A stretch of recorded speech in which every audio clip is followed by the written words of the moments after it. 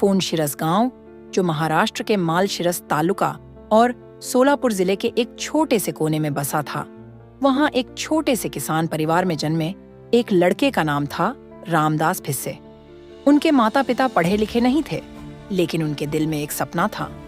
हमारे बच्चों को अच्छे से पढ़ाई करनी चाहिए ताकि वे हमसे भी आगे बढ़ सकें। रामदास के माता पिता दिन रात मेहनत करते थे, खेतों में गाय भैंसों के साथ हर वक्त अपने बच्चों के भविष्य के लिए खून पसीना बहाते। उनका जीवन संघर्षों से भरा हुआ था, लेकिन एक चीज थी जो कभी नहीं बदलती थी। वह था अपने बच्चों को बेहतर भविष्य देने का सपना। उनके माता पिता की मेहनत और दृढ़ विश्वास के कारण रामदास ने अपनी पढ़ाई की ओर कदम बढ़ाए। रामदास की मेहनत और लगन बचपन से ही दिखने लगी थी। गांव की छोटी सी शालेय पाठशाला में वह हमेशा अपनी कक्षा में पहले स्थान पर रहते थे। शहरी स्कूलों की तुलना में संसाधन कम थे, लेकिन रामदास का मनोबल कभी गिरा नहीं। उनका सपना बड़ा था। वह जानते थे कि एक दिन वह भी कुछ बड़ा करेंगे। जब रामदास ने कक्षा में अच्छा प्रदर्शन किया और अपनी 10वीं की बोर्ड परीक्षा में टॉप किया, तो उनके माता पिता की आंखों में गर्व और खुशी की चमक थी। उनके लिए यह एक छोटी सी जीत थी, लेकिन रामदास के लिए यह सिर्फ शुरुआत थी। अगले कुछ वर्षों में रामदास ने विज्ञान में अपनी शिक्षा जारी रखी। आर्थिक समस्याएं उनके रास्ते में हमेशा खड़ी रहती थीं। उनके माता पिता के पास इतना पैसा नहीं था कि वह बड़े कॉलेज में भेज सकें, लेकिन रामदास ने कभी हार नहीं मानी। फिर एक दिन अचानक उनके जीवन में एक मोड़ आया। उनके पिता को पी-एनालिसिस का अटैक आया। उस समय रामदास अंदर से टूट गए थे, लेकिन फिर वलशंकर नामक एक डॉक्टर के इलाज से धीरे धीरे उनके पिता की तबीयत में सुधार होने लगा। उस समय रामदास ने अपने पिता की इच्छा को समझा। उनके पिता हमेशा कहते थे, तू डॉक्टर बनेगा, वलशंकर भाई, जो हमारे इलाज के लिए आते थे। रामदास ने उनके शब्दों में एक नई प्रेरणा देखी और तय किया कि वह मेडिकल की पढ़ाई करेंगे।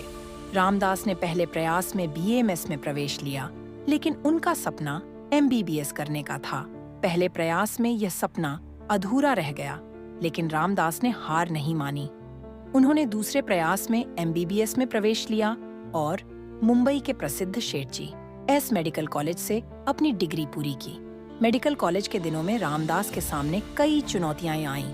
आर्थिक कठिनाइयां, दूर से पढ़ाई करना और रोज नई समस्याएं, लेकिन उनका हौसला कभी टूटने नहीं पाया। उनका सपना था कि वह कुछ बड़ा करेंगे और उन्हें यकीन था कि एक दिन यह सपना जरूर पूरा होगा। एमबीबीएस की डिग्री पूरी करने के बाद रामदास के अंदर एक नई प्रेरणा जागी। वह अब यूपीएसएससी की परीक्षा देकर प्रशासनिक सेवा में अफसर बनना चाहते थे।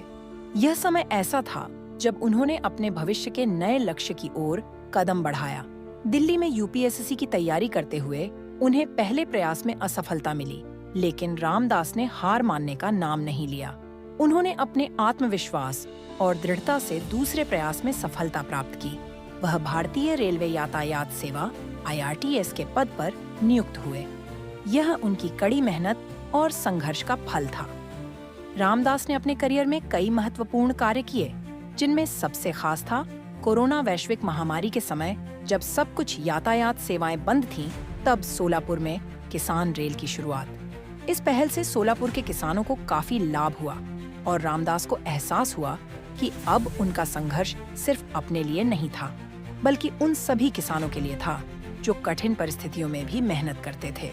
आज रामदास भिसे मध्य रेलवे पुणे विभाग में वरिष्ठ मंडल वाहतूक प्रबंधक के रूप में कार्यरत हैं। अपने सेक्शन में उन्होंने कई सारे महत्वपूर्ण एवं क्रांतिकारी कार्य किए, जैसे कि डबल लाइन प्रोजेक्ट, प्रधानमंत्री अमृत भारत योजना के तहत कई सारे स्टेशनों के नवनिर्माण का कार्य हो, या वंदे भारत जैसे स्वर्णिम योजना, जो भारत देश के यातायात सेवा में एक इतिहास बना देने वाली रेल। सभी कार्यों को बिना किसी समस्याओं से उन्होंने अनेक अधिकार के क्षेत्रों में बखूबी से शुरू किया। उनका जीवन हम सभी को यह सिखाता है कि अगर मेहनत, लगन और समर्पण हो तो कोई भी सपना छोटा नहीं होता। रामदास भिसे की यह यात्रा सिर्फ उनकी व्यक्तिगत सफलता नहीं है, बल्कि यह उन सभी के लिए एक प्रेरणा है जो किसी छोटे गांव या शहर से आते हैं और सोचते हैं कि उनके पास अवसर नहीं है। उनकी कहानी यह साबित करती है कि कोई भी सपना केवल कड़ी मेहनत, सही दिशा और आत्मविश्वास से ही पूरा किया जा सकता है।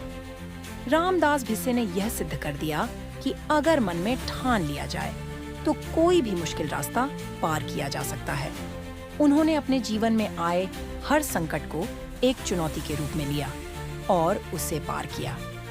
इस कहानी को सुनकर हर युवा को यह प्रेरणा मिलेगी कि अगर आप भी अपने सपनों को सच्चाई में बदलना चाहते हैं तो सबसे पहले खुद पर विश्वास रखिए, मेहनत कीजिए और कभी हार मत मानिए।